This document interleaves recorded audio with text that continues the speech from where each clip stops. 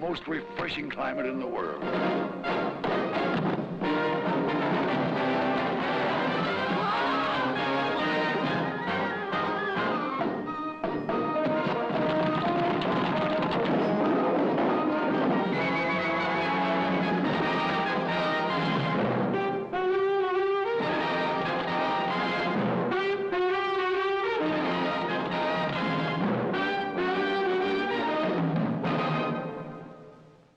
Hello, I'm Thomas Carruthers.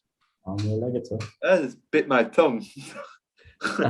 I bit my tongue straight away. Jumping up and down on the alligators, riding up and down on the escalators.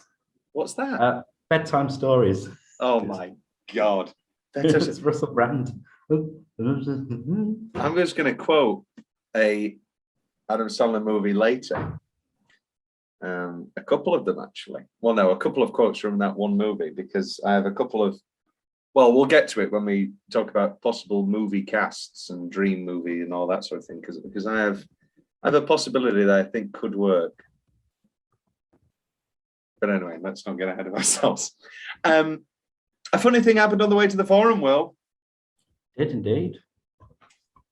This is our third episode in our Sondheim-a-thon, our celebration of Sondheim. And this is our first episode with music and lyrics by Stephen Sondheim. Unofficially, we've talked about West Side Story multiple times. We talked officially about Gypsy last episode rather. And today we're talking about a funny thing that happened on the way to the forum. Before next episode, we enter the, well, we're in the 60s. Are we in the 60s? I can't remember. Anyway, I'm talking a load of crap. This is an odd, well, no, it's not an odd one. We've gone about this one a little bit differently this week for various reasons. Originally, I planned this as for the focus of the episode to be the film. But after watching the film, Told me not to bother. The film is absolutely dreadful. I have a quote. Let's talk about the film. This is a quote from the book Sondheim and Co. by Craig Zadan. The film was a terrible failure, financially and artistically. There's only like 4 of the songs in it. All of them are this terrible, weird montage style, just no aesthetic at all. It's really, really terrible. The gags that are still good in the show still work. There are some really funny lines, and Paddington Bear's in there. Matthew Auden, not Matthew Auden. What's his name? Paddington Bear. Ben Whishaw. Jesus, gonna be one of them, is it? Paddington. Oh, that's quite good. I enjoyed that. You were all right. Michael Horden, that's it. Michael Horden, and he's in it. And a funny, one of the best songs in the show, unequivocally, Everybody Ought to Have a Maid. You know, such a joyous, bouncy, fun song. He just speaks like it's a Shakespeare sonnet. He goes, everybody ought to have a maid. Everybody ought to have a working girl. Everything's like so soft and slow. It's really weird. And the comedy tonight is just terrible and just features a lot of chaos from the rest of the film in like montage style, and it's just really bad. So yeah, don't bother. Nobody watch the film. Just don't. We'll talk about the film again later, but don't watch the film. Instead, we listened to the album loads and loads and loads and read the Wikipedia. I have the book. I have the libretto, and I read all of that as well. I knew you'd like this, Will. Did you like this, Will? I loved it. I knew you'd like this, Will. It's just a perfect farce, and we love farce. It's his straightest comedic farce. Many people have actually described Sweeney Todd as a farce, which I think is an exciting prospect, which I can see actually. Like the final half an hour of Sweeney Todd is just pure farce. Joanna in the cupboard. What's happening, Will? What are you doing? Banter. Banter. You should be bantering with your host. Will has a lady friend in the room with him. What? Hold on. I've locked everyone out of the room. Right, okay, 1 minute. Will has dealt with his saw trap of trapping people. I'm doing a podcast. I'd like to play a game. Yeah, which I can see a lot of the Sondheim, the Sweeney Todd being a farce thing. I can see that, like Turpin dying, and then Turpin screaming, and then Sweeney running, and then all that sort of thing. I can see the skeleton of a farce with obviously deeply tragic and emotional complications. Whereas, funny thing happened on the way to the forum is just pure joy, pure farce.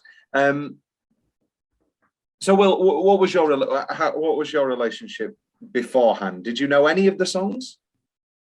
I knew nothing. Absolutely no. I didn't even know it's set in the olden days until I listened to it. Yeah. What is a forum? I didn't even know what the title meant. You thought it was, well, I'm going to be quoting this a lot throughout these 20 episodes, but there's the great episode of Documentary Now written by John Mulaney, who's obviously a diehard Sondheim fan. And they do a parody version of the company original cast album documentary, which we're doing an episode on. And he has a joke where he goes, I can't remember, but he has like this ridiculously long title, and he goes, which at the time was the longest title on Broadway. But anyway, a funny thing happened on the way to the forum. I don't know, a forum's like a big Roman. Right, let me Google this but it's only going to come up with 1 minute. Roman Forum, also known by its Latin name, Forum. Oh yeah, that makes sense now. Is a regular forum plaza surrounded by the ruins of several important ancient government buildings at the center of the city of Rome. So it's a plaza. So it's like where the show is set. Like he's, and he says that, and these are the three houses, and and all that sort of thing. Well, I've got it here from the original libretto. The place is a street in Rome, in front of the houses of Erroneus, Senex, and Lycus. The time is 200 years before the Christian era, a day in spring. Will, what's your relationship to farce? Have you ever been in a farce? Have you seen many farces? I like Faulty Towers. Yes, let's stay theatrical. Have you seen like a Play That Goes Wrong? Can you count that? Yeah, definitely. It's sort of a metatextual farce, I'd say, a postmodern farce. I watched a stage adaptation of The Shawshank Redemption. Many described that as a farce. That was pretty farcical. Oh my God! Just the beauty of Morgan Freeman saying those words and conveying that 10 years of a man's, well, no, it's about 5 years in between Red leaving and Andy escaping. It's like conveying the beauty of 5 years of life and Frank Darabont's beautiful direction and the montage and the things that we see and the things that we don't see. And they chose to do that with a one man and a box of hats. Then I left. Then I went to find my friend Andy. Thought, oh my God. And then, obviously, we talked about this before on the Shawshank Redemption episode. The walls parted. And the windows background. Oh my God. Who did we see as Andy? He was some EastEnders guy, wasn't he? Was it? Yeah, it was Phil Mitchell. No, that was I'm kidding. Sleuth. I thought both were That was EastEnders. Were they? I don't know. I mean, everyone's been in EastEnders nowadays. Apart from me. However, I would much rather be in A Funny Thing Happened on the Way to the Forum. Have you seen Noises Off, Will? No. That's pure. That's great. That's a great play. I'll take you to that next time it's on, if it's ever on. Anyway, I think it's fair to say we both deeply love farce, and I think it's fair to say beyond what Mischief Theatre are doing, it's not really present anymore. Like in the last Goes Wrong show episode, they sort of had a mini farce making fun of classic 70s farces, because I think when people think of farce, I'm going to see how many times I can say it in one episode, but they think of those bawdy 70s. Oh, I say, like, Mr. Johnson. Oh, Mr. Johnson's in the back room. It's a tight passage. Oh, don't leave Johnson in a tight passage. Oh, I say. It's all that sort of stuff. And obviously a lot of that's dated. Like my amateur dramatic theatre company that I was with, we did a panto, a musical, and the adults did a farce. And one of them, I swear to God, this was the ending. It was called Holiday Snaps. And it was just a regular, I think I'm Spanish, but actually I'm British. And, I say. And it was all that sort of thing. And it goes on forever. And the first half's always really boring. And then the second half's really funny. And there's loads of doors and slamming in the face and all that sort of thing. And then it ended up with 6 people hiding in the closet. And they all came out at the end wearing sheets. And they were like, who are you? We're Camp Arabs. And then that was it. And the curtain closed. And I thought, what the hell sort of ending is that? Have you seen any sort of town hall farce as well? Speak. Will's mic was off. Will's mic's back on. Yeah, I don't go to a lot of local theatre, really. Because you hate the arts. Defund the arts. I think, William Leggetter 2022. If anything happened on the way to the forum, I think we're due a UK revival. I think we are. Last time I'm reading here, last time there was any revival of sorts was in the 90s. Well, that was Broadway, but we had a National Theatre production in the early 2000s with Philip Quast, who we will see later in our Follies discussion. But and I believe he also played George Sorrell. So he's a bit of a Sondheim boy. But what are we? Yes.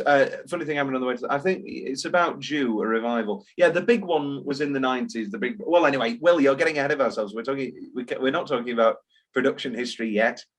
But yes, I'm a big fan of the show, especially the music.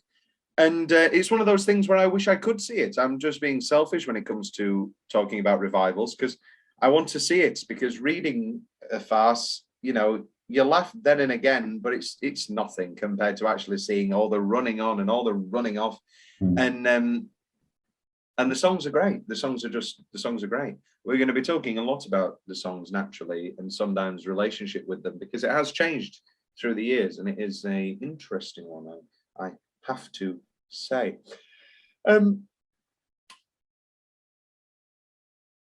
Currently, Will, just listening to the music, where is Forum slotting in on your Sondheim overall ranking? I don't think we've talked Sondheim rankings yet, have we? No, it's crept up there, because I don't know as much as you in any sense. I was going to say the same thing. Sweden's definitely the top at the minute. Yeah. Woods is still high. George is still high. You have a person. We're going to talk about this obviously, but you have a personal relationship with Into the Woods. I do. I do think being in a show makes you You like it more. Not even for nostalgia, but I think you understand it more. You grow to like the songs and understand the music itself a bit more. I think you're trying to describe Stockholm syndrome, Will, but I do agree with you. Yes, there is something. My tutor, Stephen, my tutor Steve, he worked in the theatre when there was when there was a production of Streetcar Named Desire on, and hearing that over and over again every single day, 8 shows a week. He's a writer. And he was like, it's the greatest education I ever had. Because, you can, hearing those words over and over again, the rhythms and the stuff. No, I know what you're saying. I guess my love of, I'm trying to think now. What's that? Wizard of Oz, I guess, is a very well-loved show. What's a show that I guess Footloose, Will. Oh, that's good. So Footloose is one of my favourite shows. Because Footloose isn't an exceptional show on a surface level. No. But being in it and that sort of thing. And also it's quite joyous. Yeah. And so it's quite fun. And obviously I was drinking a lot. You stopped drinking because you had a panic attack. I had to be told to stop drinking. Yes. The show wouldn't have gone on. Yes, because you grew rather unnervy about your performance after some drink. You were like, oh no. It's like, no, Will, you're fine. You've just had a thimble of red wine. When it comes to drink, have you gotten better? Well, no, you haven't really, because we drank that day, the other week, and we glimpse behind the curtain, everybody. Me and Will had a day drinking, then later met Will's current lady friend, and Will said, have you got some chewing gum? This was only after, 2 pints, some wine. We had a big meal, so a lot of wine. We had a lovely Italian meal. And we drank in a wine cellar. We drank in a wine cellar at 11 a.m. And what did you message your friends? I don't know. You said I've messaged Harry. He's taken me to a wine. Strange wines. Well, I got to King's Cross at like 11, expecting, and you arrived pretty serious. Like, oh yeah, do you want to get a coffee? Like, no, I know this great wine cellar. Yeah. Will, what don't you understand? You're at uni. You have parties all the time. I work a night job in a bar. I have to savor these moments. You know what? A funny thing happened that day. That reminds me of a show. Well played. Wizard of Oz. A funny thing happened on the way to the forum. Book by Bert Shovelov and Larry Gelbart. Larry Gelbart, I believe, was the MASH guy. I've never seen it. You've never even seen MASH? No, it's not on when I was a kid. It's old-fashioned. Yeah, neither was the Beatles. You're still... Yeah, he was the MASH guy. He also had a big hand in writing the screenplay for Tootsie, one of my all-time favourite movies. That's one. Nutty Hospital. Based on the plows of Plautus, Jesus Christ. Based on the plays of Plautus. This is a scenario for vaudevillians. There are many details omitted from the script. They are part of the comedian's bag of tricks. The double take, the mad walks, the sighs, the stammering. All these and more are intended to be supplied by the actor and hopefully the reader. I am laughing because me typing that out auto-corrected, and this is what it said.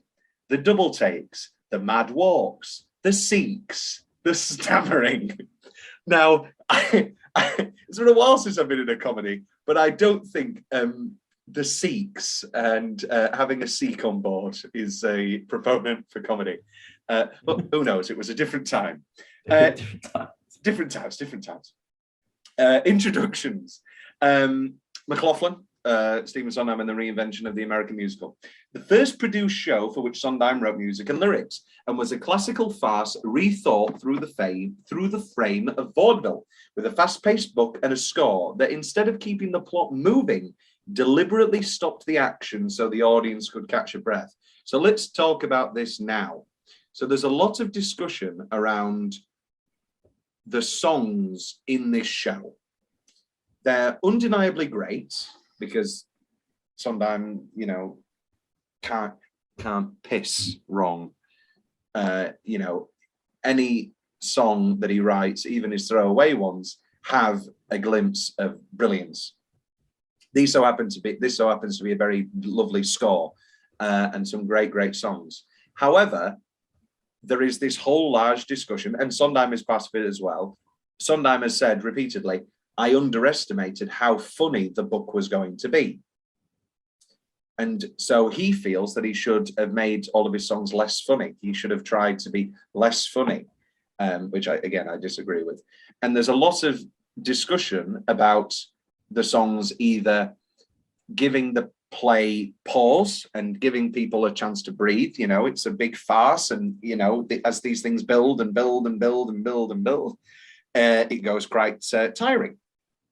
For instance, oh my god, bit my tongue again. For instance, I watched Jackass Forever the other day. Excellent.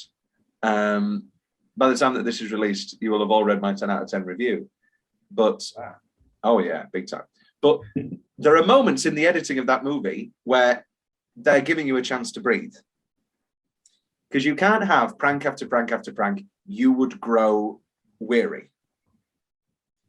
Same with The Naked Gun and Airplane. The Zuckers have talked about before that there is always a period of about 5 minutes where there is less jokes. And it's A, to give people a chance to go to the bathroom, and B, a chance to slow down and let people catch their breath so that the final half an hour is funnier than anything.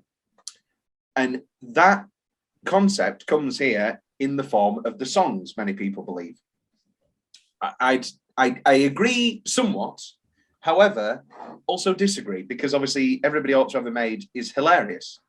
And I'm Calm, a fine song, has a really funny conceit that an actor could do wonders with. Impossible, a hilarious song, brilliant stuff. Sondheim has some mixed feelings when it comes to stuff like Pretty Little Picture, a song which I think is beautiful and very well written and flows great, and the lyrics are fantastic, but absolutely does nothing for the plot. And so is often cut, as a matter of fact, from productions. This is another show where songs have been put in and out through the years. That'll Show Him, for instance, Philia's song from the second act is often replaced by now with an Echo song, which is a love duet. Also, you know, one of those weird things that happens when they did the revival, they had a big star in the role of Hero's mother, and she hated that she only had one song in the second act, That Dirty Old Man, and so she asked for another song, and so they wrote a song called Farewell, which is in the first act, and it's when they're, you know, like about to leave, the mum and dad, and it's this funny song, and it's sextets that never end, and it's like, so I'm saying, oh, I'm back at it, and she never leaves, and it's one of those, you know, humorous concepts. And then there's a big tap dance because the actress playing the role was friends with the choreographer and said, I'd love to tap dance. So that's kind of that when it comes to the history of the show. Based in McLaughlin again, it's based in and celebrating old comic forms and having as its main purpose to make the audience laugh itself silly. I mean, it's all there in Comedy Tonight, you know, tragedy tomorrow, comedy tonight. It's the first line of the show. We plan to employ every device in our desire to divert you. What is comedy but an excuse? What is Jackass but 90 minutes where we don't have to think about the misery of life and we can just laugh at a bunch of idiots? What is a big Broadway hilarious comedy musical than an evening at the theatre where we can forget everything, and maybe in the interval you check your phone and your girlfriend has texted you, why is everybody asking why we split up? And maybe that does ruin the second act of a show for you. That's always a fun story. That was Phantom, that wasn't a show. That was a really fun story. I it gets funnier every time you tell it. It gets funnier every time I tell it, and also sadder. It's one of those things where distance actually doesn't change anything. Great stuff. Sondheim on Forum. Forum is not generally thought of as being experimental, but I find it very experimental. Forum is a direct antithesis of the Rodgers and Hammerstein school. The songs could be removed from the show and it wouldn't make any difference. Now, yes, technically, but that's a lot of shows. It would make a tremendous difference because it would be a breakneck speed farce that couldn't sustain 2 hours. I'll bring him up again. Steve, my tutor, he says that when it comes to Noises Off, he doesn't find it as funny as it goes on. Like the third act isn't that funny. And I think that's because Noises Off kind of defeats the unspoken rule of farce, which is the first act can't be that funny. You'll watch a Fawlty Towers episode, and of it, rather famously, they're all different lengths and different, they're not just like the 25-minute formula. Usually, those first 15 minutes are not slow, and they always have great gags, like there's too much butter on those trays. No, uno, dos, tres is hilarious and great, but it's great gags and it's great lines because you've got to build a dragonfly. You've got to build it all up so that final half an hour can be absolutely breakneck. So there we go. What was I going to say? So let's start number by number. I should have checked this before. Well, do you have your top 5 lyrics and your top 4 songs? Oh, I've got my top 4 songs. I haven't got your top 5 lyrics, have you? Mm-hmm. Right. Will is a fake fan. Well, I'm interested what your top 4 songs are going to be. I think we'll have. Well, I said this last time and I was wrong. I think we got the 3 of the same at least. Yeah, I don't know what your. Yes, I think we've come to find that there will be 3 of the same and a wild card. I don't know why I bring it up because I just want to know. I don't know why I bring it up, but anyway, let's start. I think we can say this: Comedy Tonight is one of your top 4 songs, surely. Yeah, thank God. I think it's one of the best opening numbers. Rather famous. It as well. Yeah, so this is what I was going to say with did you know any of the songs? I think like Comedy Tonight and Everybody Ought to Have a Maid, I thought surely you've heard those. I knew Comedy Tonight. Yeah, not Everybody Ought to Have a Maid. Anyway, it's just great, joyous, hilarious fun. Rather famously, it was failing out of tryouts, the show, because they had Love Is in the Air, which is in our Sondheim song canon, as the opening number. A delightful soft shoe song, just beautiful. But it was soft and bouncy and delightful and didn't really set the tone. Sondheim's advice from Hammerstein. Hammerstein told Sondheim that the job of an opening number is to introduce the story and perhaps the characters in an entertaining way, and more importantly, to lay down the ground rules for the audience, establishing a tone and telling them what kind of show to expect. Nothing personifies that more to me than Comedy Tonight, because Comedy Tonight, and funny thing happened on the way to the forum, has that sort of fourth wall element where it can say, it's a comedy tonight. There are many other excellent opening numbers, but none of them can say, Look Down can't say, tonight will be a depressing evening with an ending of hope. That's not how it works. Whereas Comedy Tonight can say, it's a comedy tonight and we're going to have a great time. It gives away that it's going to be a happy ending. No royal curse, no Trojan horse, and a happy ending, of course. And it's just like, it kind of puts you at ease and a warm comfort. Yeah. No matter how, complex the farce is going to get, and no matter how rock bottom certain characters will get, we know that it's going to be a happy ending. How do you feel about Comedy Tonight, Bob? It's kind of it's a bit like like Shakespeare where they introduce the show. It's kind of like that, setting the scene, which kind of goes with the Roman setting. I think that works well as a whole. So this was Jerome Robbins is doing. He was originally brought on to direct, but that all fell through and complications and the like. And then he got brought in, I think it was in Boston, to try and help with this opening number problem. And he had basically restaged The Final Chase and staged Comedy Tonight once Sondheim had written it. And just another, a masterful stroke of genius from that genius. In the libretto, to start off with, Pseudolus is credited first as Prologus. He walks in and salutes the audience. And then obviously he is then credited as Pseudolus from the point that he goes, there is one character I greatly admire. He's a character of such wit and skill and something so masterful and requires an actor of such cunning. Let me put it this way. I play the role. Great gag that you can see 1,000 miles away, but does bring you in. Let's talk about Pseudolus as a character. So here's a fact. Every actor who has opened the role of Pseudolus on Broadway, Mostel, Joel Silvers, and Nathan Lane, has won a Best Lead Actor Tony Award. Jason Alexander, in one scene, also won the Tony Award for Best Actor for the musical Jerome Robbins as Broadway, which was sort of a jukebox evening sort of thing. And he did Comedy Tonight in that, as well as other things. And he also won the Tony Award for Best Lead Actor. So it is kind of one of those Shakespearean roles where you're going to get the nomination. No, if you can pull this off, you're going to get the nomination because you've got the whole show on your back.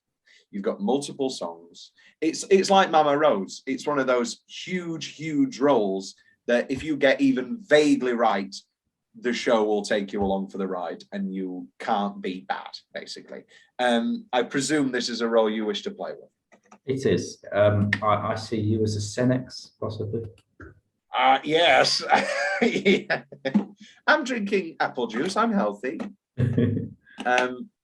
Yes, I can. I'm saying I've perfected it and now I won't be able to do it. Why did she look at her that way? The way in which the man speaks, I've kind of got, okay, 50. And also, yes, everybody sees me as an old man, which is good. My tummy's rumbling. No particular reason why. Yeah, I can see that. This is a weird thing that we started doing. We're not that weird. We're both musical theatre people, and we're both vain and boastful. So of course, who would you be? Again, talking about the song, nothing with gods, nothing with fate. Weighty affairs will just have to wait. You don't have to worry. We're not doing anything pretentious. We're just going to have a fun time. Mad Men, again, has stained my love of Forum, because there's the wonderful bit, I think it's Maiden Form, where like Doug Phillips has the kids for a weekend and he's like, I've got his tickets for Forum. And the kids go, Richard already took us to see it, the new stepdad. Richard already took us to go see it. No, not from these seats. And so I always think of poor Doug Phillips. Him laughing for the first time at all the gags and the kids just going, yeah, that's funnier the first time. Is Comedy Tonight your favourite song in the show? Well, no. We don't rank our top 4 songs, but no. Well, no, we will. Oh, of course we do. Of course we do. I was going to say. Okay. I'm sorry. Yeah, I talked about that. Nothing that's grim, nothing that's Greek. She plays Medea later this week, and also it kind of brings us into the world of that sort of Roman theatre. Of like they would do these plays multiple times. They would do a tragedy tomorrow. They would do a comedy one night, and that sort of factory quality it brings us into it's that sort of like stock characters as well, isn't it? Yeah, with like Hero and that sort of thing. Hero and Philia and Pseudolus, and also the joy of this being sort of fourth wall breaky means that Philia can have a song like Lovely, where she can acknowledge that she is just a beautiful woman. I'm lovely, absolutely lovely. And you know, and obviously that is the hilarious reprise. But Philia can just have that song where she goes, and then she like forgets Hero's name. And there are many ways that you can take the role of Philia. Of course, you know, modern day, some people may, you know, some people have said that, you know, it's a bit just pretty lady character. But maybe I'm an ignorant man, but I really like Lovely, and I really like That'll Show Him as songs. I can't really speak for the rest of the script itself, but I like those. I like them as songs. And maybe the Echo song duet is better in some ways, but That'll Show Him, although it doesn't give her complete agency, gives her enough agency that the song can be enjoyable. And I like the song. I like the song. We'll get to that in a moment. Jerry Zaks, who directed the big 90s revival, which started off with Nathan Lane and was a huge success, then Whoopi Goldberg, and then Oof. I know, yeah, we're recording. Well, originally we were supposed to record this before Whoopi Goldberg was fired from The View, and I have no doubt that we would have spent a good 30 minutes just saying how much we loved Whoopi Goldberg. Yeah. and there will be a bit of this, you know, people are complicated beings. Whoopi Goldberg is absolutely excellent. I'm glad we did Sister Act because she's on the poster for our Sister Act production. You can't do that. That's you can't just use her likeness. I can, because she owns the rights. So she's part of it. She comes as part of the package. I didn't know that. Oh, Sister Act with Whoopi Goldberg and Jennifer Saunders in London. Oh. I was going to book for that. Oh, I would have come with you. Yeah. Looks like they're looking for a new Dolores. Jennifer Saunders is going to double up. She's going to do both. She's going to have to keep running on and off. Like, oh, Dolores, you're here. Oh, where's Mother Superior? She's in the bathroom. It becomes a farce. It becomes even more farce. Are you wearing...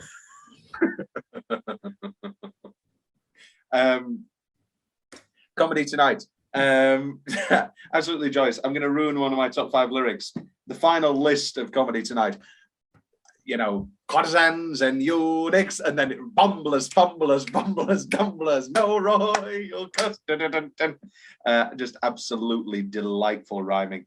And just joyous. It brings a smile to your face. I can't listen to Comedy Tonight without smiling. I just absolutely love it. Which then brings us into any final thoughts, Will, on Comedy Tonight? I really like it. Good. Which brings us into the next song, Hero's original song, Love I Hear. In the film, he's played by Michael Crawford, and they cut his songs. Michael Crawford's delightful. But he can sing. He can sing. Yeah. The music of the night. You little lying Delilah. I do love Michael Crawford. But at this time, of course, he was just Frank Spencer. What was Frank Spencer's catchphrase? Oh, Betty. Oh, that's it. Oh, Betty, yeah. Yes. I also like dee dee dee. I hum a lot too. You know, like everybody's just commenting on the mania that they're going through with this love. Originally conceived to be sung directly to Philia, then it was thought better to have it sort of as a pining, Joanna-esque number, actually, singing at a window. Do you like Love I Hear, Will, as a nice sort of introduction to Hero? It's a good character introduction. Yeah. Which then brings us into, this brings us then into Free, and I'm wondering... It's not in my top 4. It's not in my top 4 either. Oh. I thought that could have been your wild card. It's a contender. It's good. It's very good. Should we do it this? I think we should gonna start doing it this way. Number by number, reveal it. A bit like when we did the rankings. So Free isn't on any of our lists. Correct. Okay. So Nathan Lane and Brian Darcy James performed this. at the President's, I believe it was like a celebration of musical theatre or something. It's the same evening where Elaine Stritch performs I'm Still Here, but forgets all the words. And then remembers them as it goes on, and makes me cry every time. Just absolutely sensational. Anyway, but Nathan Lane, just absolute masterful performance. There is quite a bit of footage actually of Nathan Lane as Pseudolus. And yeah, he's my favourite Pseudolus without a shadow of a doubt. I love Nathan Lane. He's just he's a better performer than Zero Mostel. I'm sorry. He's a better singer. He's a better actor. And Zero Mostel's very good and very fun, and he originated the role.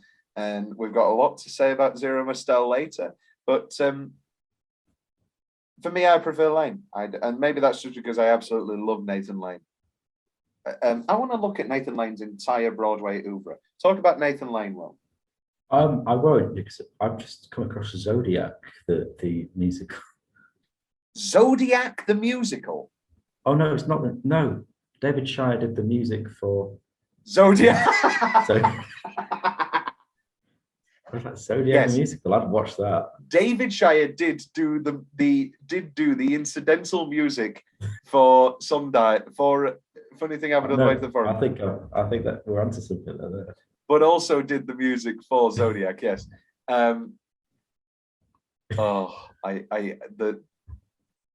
Is that your watch? I'm not the Zodiac, and even if I was, I wouldn't tell you. In the basement scene. Oh yeah. Oh. Oof. Come down to my basement. I can't. I won't come down to my basement. Not many people have basements in California. Well, I do. Well, you do. Who do? Oh. And there's like 5 doors, and everyone's got trying to unlock them in time to the. Oh yeah, that could be good.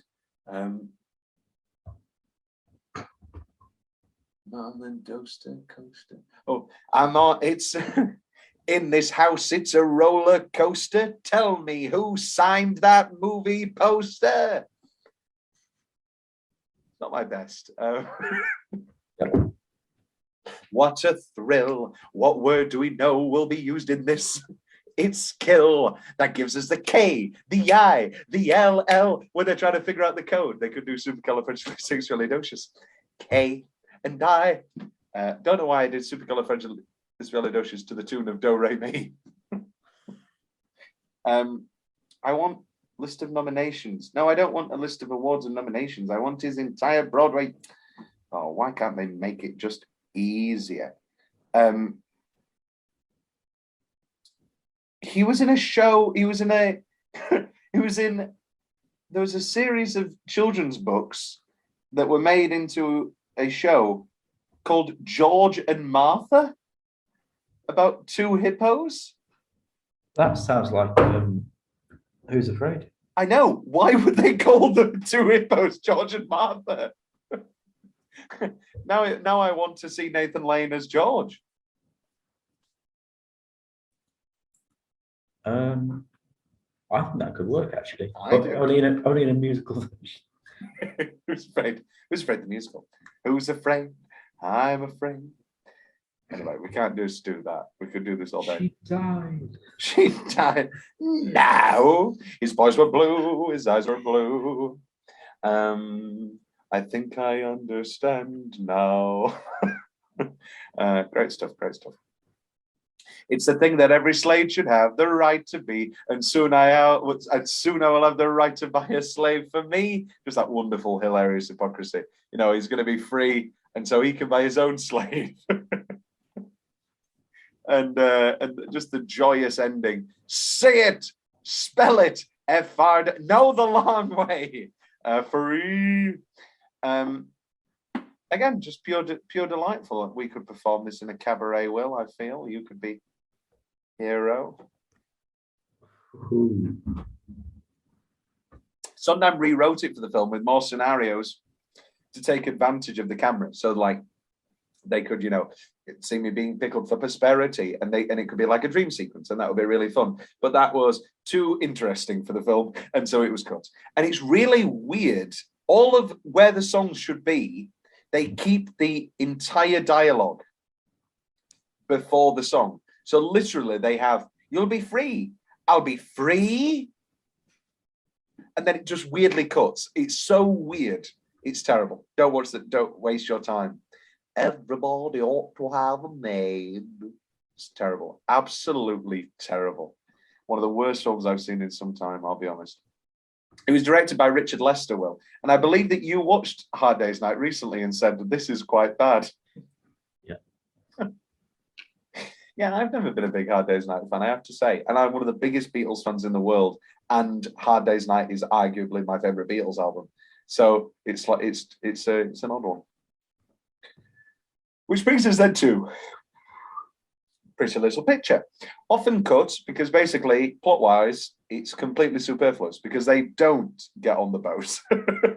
That part of their plot completely falls through. But it's absolutely beautiful. And the rhyming lyricism is so delightful and so soft and melancholic. Not melancholic, Christ alive. But so beautiful. Again, this is one of my favorite lyrics. Your arms entwined, you're still below and far behind at the edge of the day, the bong of the bell and the buoy in the bay and the boat in the bay and the bride are away. It's a pretty little picture. And just absolutely beautiful alliteration, bouncing and bouncing and bouncing. Another, I'm going to ruin my top 5 lyrics just straight away. From Love I Hear. I pine, I blush, I squeak, I squawk. Today I woke, too weak to walk. Just absolute beautiful flowing lyricism. Lyricism. Oh, anyway, I give up speaking. Will, any thoughts on Pretty Little Picture? I think it's very nice. I agree with you about the lyrics. Is this if I wrote down my favorite lyrics, you would have one of those too. Yeah. Is that in your top 4, Will? No. No. Interesting. Is it in yours? It is, but I think I know what your wild card is, and I think I can swap. But anyway, we'll get to that in a moment. It was so the entire show, the role of Pseudolus was originally written to play to the talking strengths of Phil Silvers, who would go on to star in the first revival. And Phil Silvers, one of his great comedic gifts was this fast-paced rhythmic talking. His most famous role was Sergeant Bilko, which Steve Martin later would make into a bad movie in the 90s. But yeah, that was his big comedic character. And many people, when he was flouted, sort of tossed it off as, just Sergeant Bilko and a toga, which obviously is quite far from the truth. These are 2 Sondheim comments. Funny and clever are 2 different things. Now, that sort of goes against what he says later about how he wished he wrote less funny songs. If I wanted to write less funny songs, then surely he would be happy with Pretty Little Picture. Who knows? How do you feel, Will? I think keep it for it. They've got an interval to have a break. I say let it crash. I say let it crash. Pretty Little Picture is often cut anyway. Sondheim. The ironic truth is that Pretty Little Picture, wrong as it is for Forum, is one of my favourite lyrics. Oh. I don't know why it's cut. Why bother? I mean, this goes into when I talk about Titanic and just put in all the deleted scenes. But it's just like, why cut such a great song? I guess he wanted it to be tight. Yeah, who knows? Which leads us into obviously the most outrageous, funny, brilliant song in the show. Everybody ought to have a made. Just absolute joyous laughter. Oh, wouldn't you be delicious? Tidying up the dishes, neat as a pin. Do you have a favorite lyric, Will, that jumps to mind? I know you didn't note any down. I didn't note any down, I'm afraid. I have, I greatly enjoy leaning. Oh, what is it? Sleeping in, giving out. Oh, I want to talk about this. Acknowledging of the jokes. I think it sort of gives a nice joy to it, especially in Everybody Ought to Have a Maid. Just like the repeated, just, like they love how witty they've been. And obviously there's a huge one in Comedy Tonight of something that's gaudy, nothing that's gaudy, something that's bawdy, something for everybody, Comedy Tonight. And Geoffrey Rush performed it in Melbourne a couple of years back. And he just goes so ham. And there's something for everybody. Oh, and he goes, oh, it's like, oh, I made that joke. How dare I? And I like that. I think you've got to have a little bit of that. Now, too much of that can drive me absolutely insane. Mm-hmm. But a little bit is delightful. When fetching a slipper will be winsome as a whippoorwill and graceful as a grouse. Trying to think who could. I guess we'd just have to do it as a duet. We'd have to. Yeah, I don't trust anybody else. I don't trust many people. But again, maybe that's from, I don't know, watching Phantom of the Opera and receiving a text halfway through. In Hatbox, the collected lyrics of Stephen Sondheim, where Stephen Sondheim comments on the lyrics of the shows, he puts, wouldn't you be delicious, tidying up the dishes? He put, not a perfect rhyme, but I make no claims to impeccability.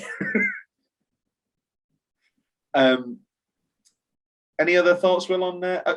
How do you feel about the stop-start nature of it and like the 3 reprises of it back to back to back to back to back? I like it. Because it's like, I'll have another one. No, let's keep going. Yeah, go on. No, go on. Oh, go on then. And it kind of leads us into what we were just talking about, like the enjoying the show. The enjoying the show aspect of it is just so intrinsic. And again, perhaps is the ultimate tightrope that you've got to walk. It's the tightrope to walk, because if it's indulgent,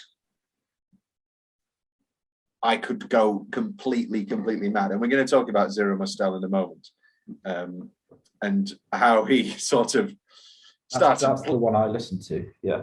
No, I listened to Zero Mostel. No, the original Broadway album's excellent, and he can sing very well. Mm-hmm. But when it comes to his personal antics, anyway, we'll get to that in a moment. Then we come to I'm Calm, which in actuality is the role that Will would play of Hysteria. And that's not a bad thing, Will. No, I think I play it very well. And you're modest too. Will, as a future Hysterian, what did you think of the song I'm Calm? It was very not getting married today vibe, I thought. Yes, just lacking the great lyrics and the patter and the I'm not a big fan, I'm sorry. I think it's perfectly fine, and I'm sure it'd be fun to play, and I'm sure it'd be fun to watch. This is why at least I'm the chief slave. What's that? If I were to play Hysteria. Yeah, but who gets the final bow? Sorry, Will. Sorry. You know what's weird? They don't in Wicked. They don't have a final bow. They're Elphaba and Glinda bow together, and then they hug. Oh, how delightful! Oh my God! Give Elphaba that bow. Give Elphaba the final bow. I mean, Jesus stands Christ. in a bubble for most of it. Yeah. Like, oh yeah, perfect. Yeah, really good song, but like pop. Perfect isn't a song. Popular is a song. Popular, isn't it? Yeah. Popular. Will repeatedly say, do you know his name? Can we give this man a name? We can't. I'm afraid. There's a very funny man on TikTok who does Mandy Patinkin impressions, and Will sends me them every single time. Popular. Very good stuff. Which then leads us into Impossible, which is one of my sneaky favourite songs in the show. Is that in your top 4, Will? No. Oh! Impossible.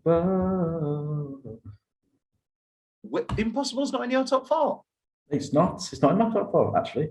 No. Okay, so now, so this is going to be more difficult than I thought. It is. Oh, no.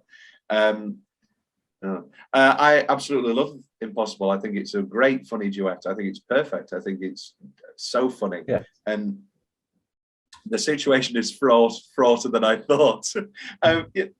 That's me realizing that we're not going to have 3 of the 4 songs. I love this song. I think it's excellent. Oh, I think I know. Oh. It's dawning on me what your 4 songs are going to be. It's dawning on me. Sondheim exemplifies the difference between funny and clever. It's funny because the situation and the attitudes of the characters are funny. Senek's lying about his age is more theatrically satisfying than all the alliteration in the world. The important thing is that it gives something for the actors to play rather than recite. I mean, any actor's going to have a field day on. You know, he's a lovely lad of 20. I'm 39. Impossible. You know, it's possible. Yes, yeah. And that back and forth gag. Good. Yeah.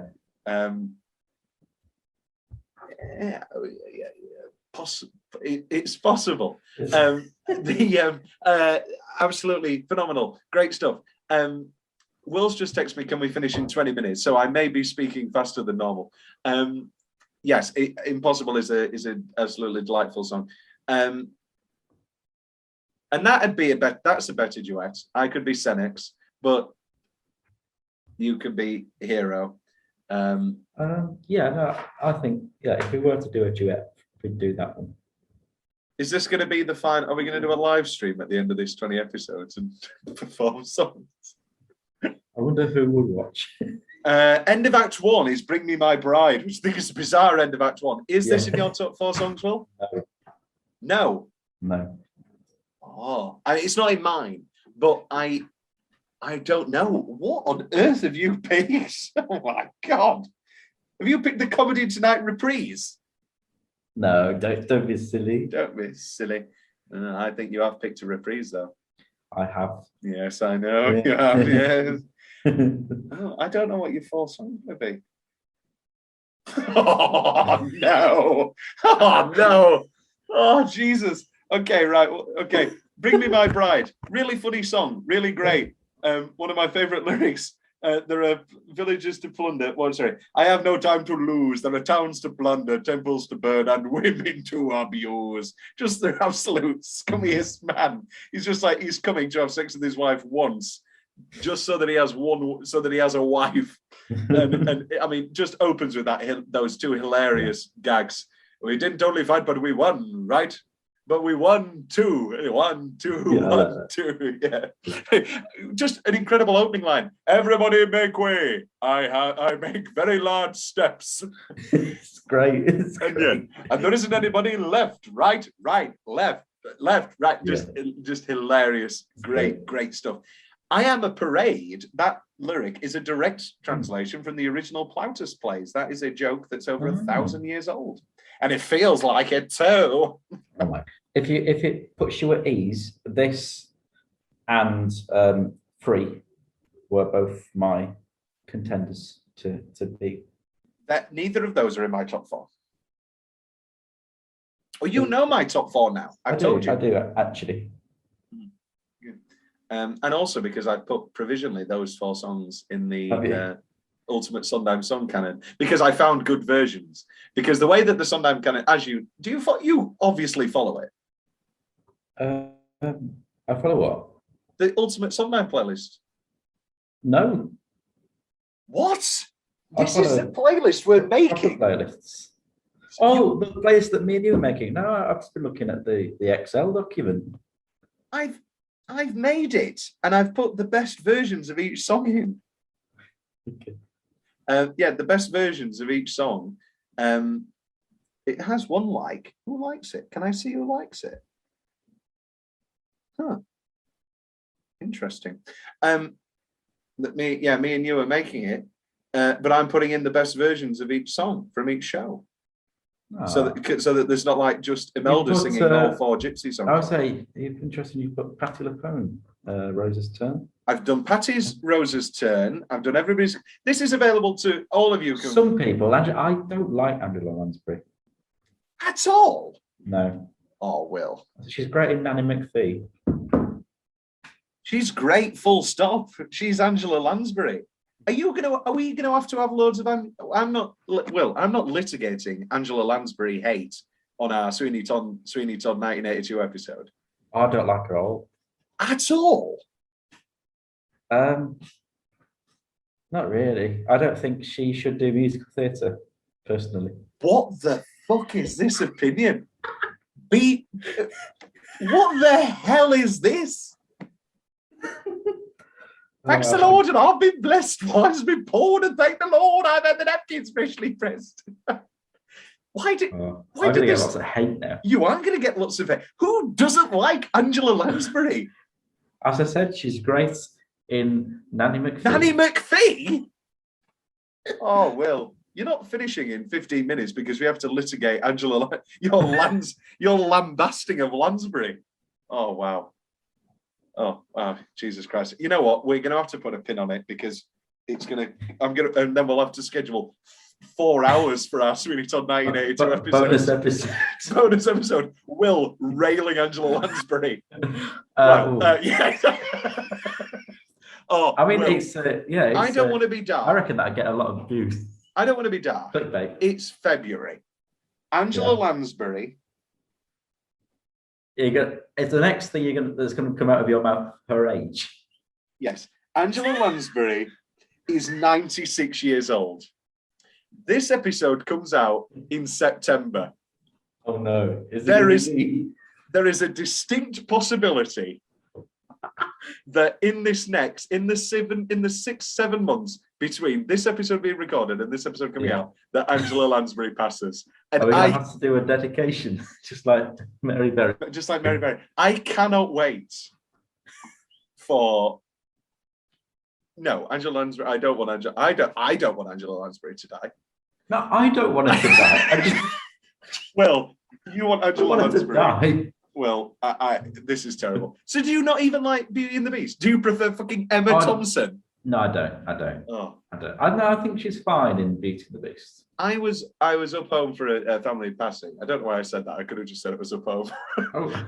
But and they were watching Beauty and the Beast, the modern remake, and I was upstairs. I was watching probably some 70s crime film. But anyway, and I came down and my mum was watching it, and she was like, "I forgot it was Emma Thompson." That was the first thing she said. Does she not like Emma Thompson? Who likes Emma Thompson? She's great in Nanny McPhee. Wait till we talk about Whoopi Goldberg. She's great in Nanny McPhee. Oh my God, we've got so much to talk about. That Dirty Old Man, is that in your top 4? No. I'm confused. Also, Act 2 is very short, so I'll get that one in now. Song-wise, yeah. That Dirty Old Man, a nice enough song, but the final lyric, that dirty, dastardly, Sondheim has said, final rhymes are right out of the oh my Jesus Christ, the thesaurus. Then it's That'll Show Him, another love song, the Echo song. Is that in your top 4? Pardon? Sorry, I've just had an email saying someone's recommended me to be the Student Union Activities and Development Officer. Oh, thank you. Yeah, well, can I not release this episode now with Angela Lansbury? You hating Angela Lansbury? This is going to be your Whoopi Goldberg moments. You're going to get fired. My hatred of Angela Lansbury is not about musical theatre. Oh God, this is great stuff. We haven't even gotten to Goldberg yet. So you're obviously, one of your songs is the reprise of Lovely. It is. I think it's very good. I enjoy it a lot, and it's very Sondheim. It's this singing on top of each other, being a bit that sort of thing. So I liked it. And it also feels very self-conscious because Lovely Yes. is just a pure, beautiful duet. Yeah. And it does have a little bit of wit about it, but it does sort of feel like Sondheim going, I'm not just going to write that beautiful love song and not have any joke about it. And also, again, what makes this song work is that halfway through, Hysterium gets into the drag. Yeah. And it's like, I need flowers. You know, if this was just a song of, I'm in a dress. Oh, I'm in a dress. I don't like being in a dress. I don't know what that Frank Spencer voice was, but you know, it would not have aged well, and it would be that sort of. I don't think that impression's aged well. Yeah, neither do Frank Spencer. But yeah, when he's like, we need jewelry, we need flowers, and it's just, and they get into it, and it's absolutely delightful. Yeah. This is Sondheim. A reprise has still to have a purpose beyond trying to get the song to be an earworm for the hit parade. So there was an all-male production directed by a woman at New Jersey, Silver Creek, New Jersey, whatever. And it was all male. So that obviously further complicated the farcical complications because Philia was already in drag. So, you know, wonderful stuff. Sondheim. As with the best of Chaplin, the humanity peeking through the silliness made for radiant comedy. Beautiful stuff. So what is your fourth song? Is it Love I Hear? It's funeral sequence stuff. What? Yeah. Like it. I think it's very beautiful. Yeah, I like it too. Okay. Talk about funeral sequence, Will. Like, I'd happily put another one in there. No, it's all right. Talk about this, but no, talk about it now. It's not going to go in, so have your chance to.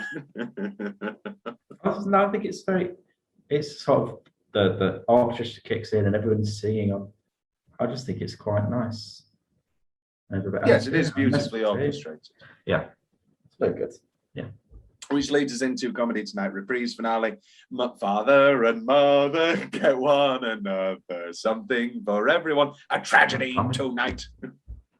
Say it again. I said comedy by accident. You may have heard. Yes, I did hear that. It's probably because you were so focused on your favourite song in the whole world, Funeral Sequence, being kicked out of the top four songs. Let's do the top four songs now and add them to the canon. So Comedy Tonight is a lock. Everybody Ought to Have a Maid is a lock. So your two other songs were Lovely Reprise and Funeral Sequence. I've gone for Pretty Little Picture and Impossible. Let's put Impossible in there. Okay, yeah. Yeah. Do we now have to choose either Funeral Sequence or Pretty Little Picture? Yes. Yes, that's how it works. Well, let's do Pretty Little Picture. Okay. Hey, look at this. I could give you I could give you Lovely Reprise if you want. I don't know. This is the thing that we keep coming up against. What are we choosing? We're choosing Lovely Reprise. No, I don't mean that. I mean, like, what are we choosing? Are we choosing the best lyrics? Are we choosing the best overall songs? This is the inherent problem as a whole. Like, this is the inherent problem with Rose's Turn being our favorite song. Well, actually, not Rose's Turn. Something's Coming being our favorite song when that is half Bernstein. So 1 minute. Everybody else. Well, I think that's going to change in a minute. We'll see. Okay, so Pretty Little Picture or Lovely Reprise. I think it's time for the cards, Will, because I feel strongly about both. So let's get the cards out. The first card is a jack. Yeah. No. Okay, so it's red. 50-50 chance, Will. Yeah. Oh, no, we'll do higher or lower, obviously. Do you think it's good? Wait, what's a better chance for me? Is higher or lower a better chance, or 50-50 a better chance? What if I get to pick? You're picking, because I have the card. 50-50 is a better chance. Okay, 50-50. Yeah. I'm going to shuffle them. Is this top card black or red, Will? Red. Yeah, I don't know why I picked the jack out. This is a terrible game. Right, okay. Here we go. It's red. Oh, so Lovely Reprise enters the canon. I'm fine with that. I'm fine with that. Yeah, that sounded.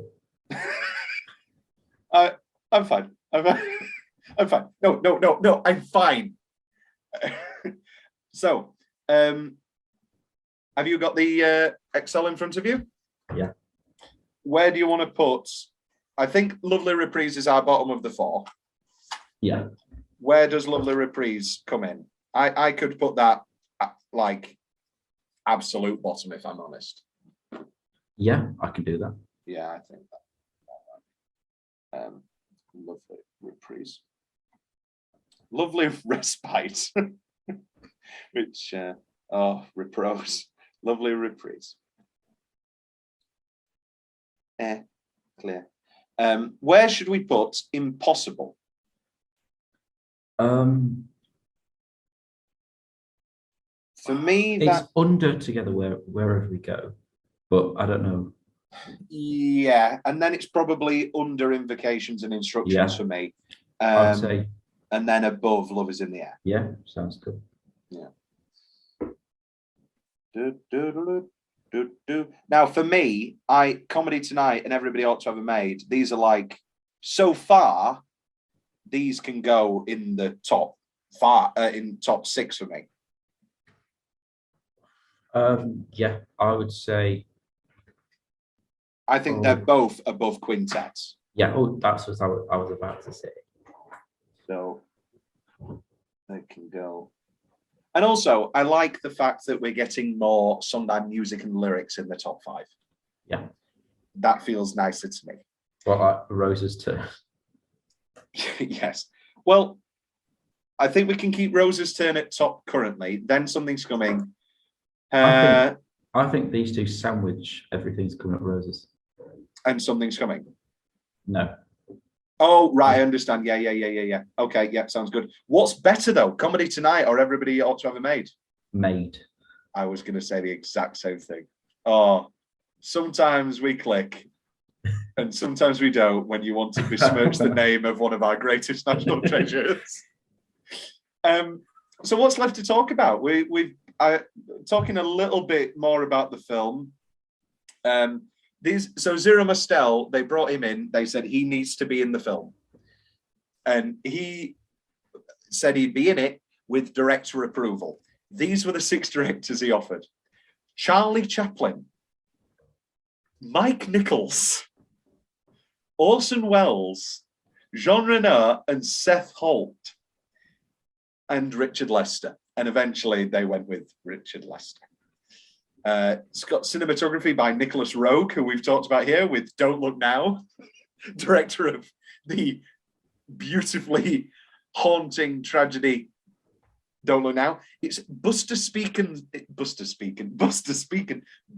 Keaton's final film role, and he looks absolutely miserable and sad. And like he can't move because of years of injuries.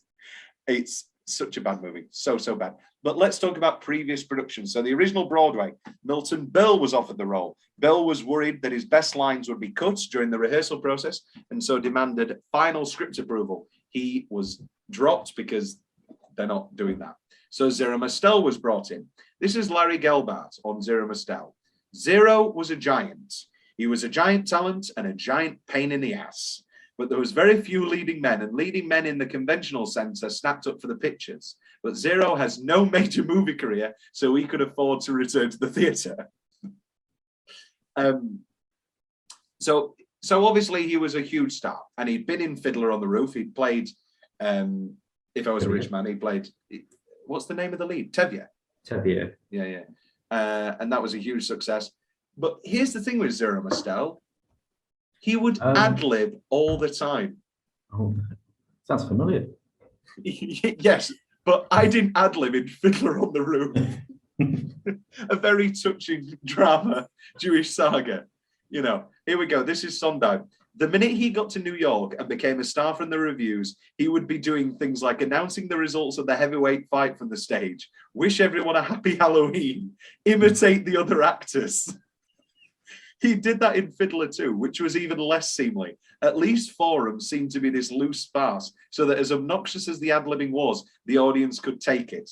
And then 11 years later, Zero Mostel opened as Pseudolus again for a limited engagement, and he told Watergate jokes. Oh no. Just like, where does this come in? Now, you were talking about my ad-libbing, Will.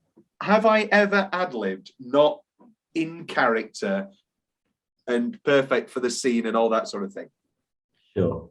I've never done the whole like genie in Aladdin thing of like just doing a Jack Nicholson impression, or like doing that sort of thing. Like Hugh Jackman. Of Shamones in Crazy. I did throw in a couple of Shamones. Yes, only on the final night because they gave me that red jacket as a prank. Yeah. They were like, ha ha ha, we're going to put a silly hat on him. But I obviously had Will needs to finish in 2 minutes apparently, that we cannot relive the happiest days of my life. London production starred Frankie Howerd as Pseudolus, and John Pertwee was in it of Doctor Who fame.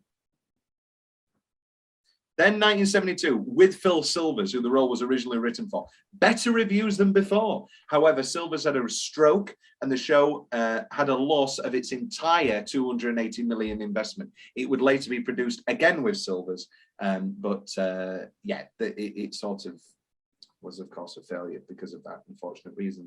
1996, here we go. Nathan Lane, directed by Jerry Zaks. Just absolute smash. Critical, commercial, everybody absolutely loves it. When the show, we'll talk about that in a moment. Just absolute joy. Nathan Lane, there was a joke originally written for the show that was then cut because it was anachronistic.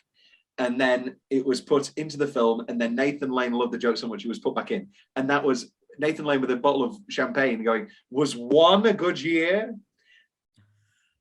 Just a great joke, but it was cut because it was anachronistic, and there was the writers of the show were very firm about it being completely believable, dialogue-wise, and all that sort of thing, to not be anachronistic. But Nathan Lane loved the joke so much, and he really loves that joke because I saw The Nance with Nathan Lane, a very, very funny play, and in that he says, "Was this year a good year for wine?" Just a great. He just really likes that joke. And of course, there's that famous scene in Lion King where he goes, "Was this swamp a good year for swamps?" It sounds like you're terrible at dinner parties. Nathan. Stop it. Jesus Christ, Nathan Lane. Love Nathan Lane. Who invited Nathan Lane? Who invited Nathan Lane again? He's doing the wine joke. And then who's gonna replace Nathan Lane? We need a star. We need a name. We need Whoopi Goldberg. Okay. What will you start? Well, I was thinking for it's Stanex who sings Everybody Ought to Have a Maiden. And then Pseudolus. Yeah. And yeah. I was the guy who plays Bert in Mad Men came into mind. Oh, Robert Morse. Yeah. Yeah. Well, of course, Robert Morse is of that old Broadway caliber. He was in the original How to Succeed in Business, a film that's actually aged very well. I like that film. That film is good. I think Hugh Jackman would be a great hero. Wait a minute. Are we talking about... No. Hold off on Dreamcast. I've got 1 minute to talk about Whoopi Goldberg. She would throw all these great New York City apartment buildings, and then David Alan Grier took over the role. Lane won loads of awards. Jerry Zaks directed it, and it was choreographed by Ron Marshall. There's a lot of footage of Whoopi Goldberg performing, and it's a very specific delivery. Like in the Jerry Zaks production of Comedy Tonight, they had this great gag where open up the curtain and they would have, like, in the matter of seconds, this huge tragedy scene and all these great waves and they're doing like a scene from Medea and there's like a dead child, and then Nathan Lane would go, tragedy tomorrow. and it's this huge, and there's huge laugh. That's and quite then good, Nathan Lane. thank you. I say kill the doctors. Wait till we do the birdcage. Oh my God, I love the birdcage. Fuck the senator. Anyway, so Nathan Lane. So then when Whoopi does it, she goes, tragedy tomorrow. Like there's just no screaming. She just goes, Whoopi. tragedy tomorrow. Comedy tonight. I just find that very funny. Oh no, it's maybe Whoopi Goldberg will return to the theatre. The Stephen Sondheim Centre for the Performing Arts in 2008 did a production with Richard Kind. Richard Kind's great. Then Jeffrey Rush did it, and we talked about blah blah blah blah blah blah blah blah blah. Dream casts. Nathan Lane's still fine. Zero Mostel would have been like 75 or something. He looks like he's going to die all throughout that film. Just cast Nathan Lane in a film. However, Josh Gad. Yeah, no, that is your modern day casting, isn't it? Josh Gad, and I don't think he would be that bad. No, I think it was very good. It's very good in Book of Mormon. Well, this is the thing. I think people forget about Book of Mormon because they think of Olaf, a frozen heart, true love. Oh, Jesus Christ. Right, I'm just going to say it. I would see Frozen live. The Olaf puppet is just so weird. And his head is right in front of his crotch and the carrot's sticking out. I don't know who didn't see this, but I don't know who didn't. I don't know. But it was, anyway. However, Will, I do have a nightmare cast. Usually we have dream casts. Here's a nightmare cast. Who's another big-boned, jolly individual who has starred in multiple films and musicals? Oh, no, not James Corden. Not James Corden. I can see completely. No, I do see it. Yeah. I like literally, if a film version of Funny Thing Happened on the Way to the Forum was announced, I would immediately go, please not be James Corden. Like, I would pray. I would That's grab what everyone says whenever there's a new musical announced. I would take up my rosary.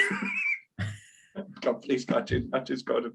Do you think he's going to appear as Bok in the upcoming Wicked? Who's Bok? People keep saying Bok. Is Bok the guy who becomes Scarecrow? No, he's Tin Man.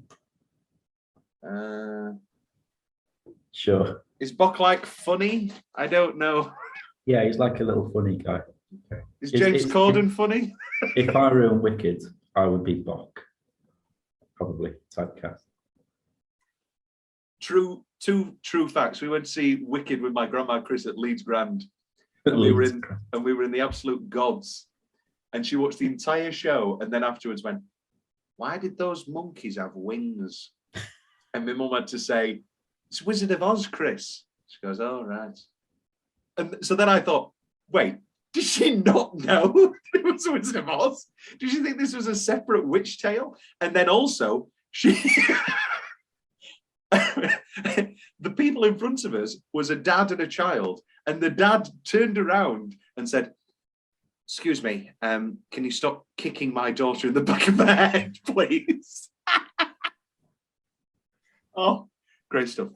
And we come to the end. Final notes from Sondheim are a mixed bag. It's kind of bittersweet. The tryouts were a disaster and it grew resentment between the three creators, but the premiere was a huge success. The writing of it, the show was wonderful, but everything critically praised everything bar the songs.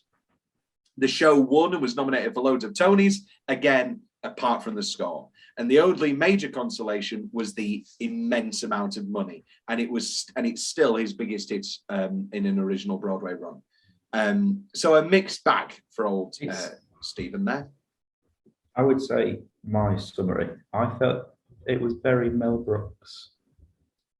Yes, it has it feels a lot like the entire history of the world part one.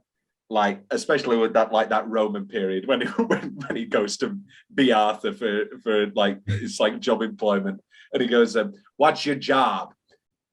Which was a good be Arthur, and he goes, "I'm a philosopher, and I see into people's souls, and I tell them the future." Ah, a bullshit artist, you know, that sort of thing. Or when he comes into the Last Supper and he goes, "Okay," and he's the waiter, and he goes, "Okay, now what do we want?" But the fuel of Brooks is anachronism. Is Blazing Saddles bursting through the wall?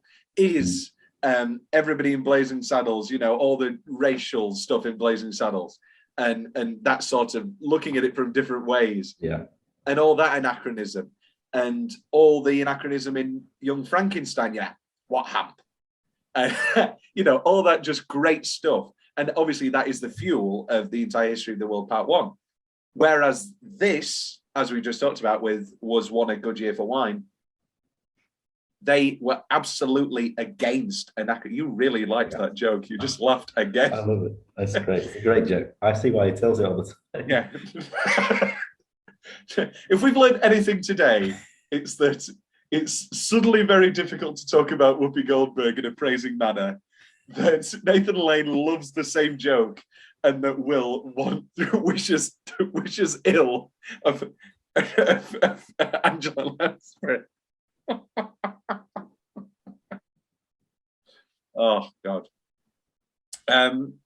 Which brings us to the end of our episode on A Funny Thing Happened on the Way to the Forum. Glimpse behind the curtain. We're not going to be recording the next one in order, but the next one to be released will be, it's a bit of a mashup. Even though we're spending 3 episodes on Company and 3 episodes on Sweeney Todd, we're spending 1 episode on 3 different shows. Evening Primrose, which was his show, like a 50-minute TV special. Do I Hear a Waltz? Which is a fine show he did with Richard Rogers. He just did the lyrics for that. And Anyone Can Whistle, which I think will be the biggest sufferer of the restricted length, but will be the one that we most talk about. And which was, of course, his biggest failure in his entire career. But we'll get to that when we get to that. Will, any final thought? Well, you just sort of said that, but any more final thoughts on Forum? Very good. I'd like to see, as you said, UK Revival. I'd like to see it in. I'd like to be in it. Well, of course, yes. Of course, yes. Wouldn't we all? I'd be in it all. Yeah, funny thing happened on the way to the Forum. It did indeed. Dabba dabba dabba da da ba ba ba ba ba ba.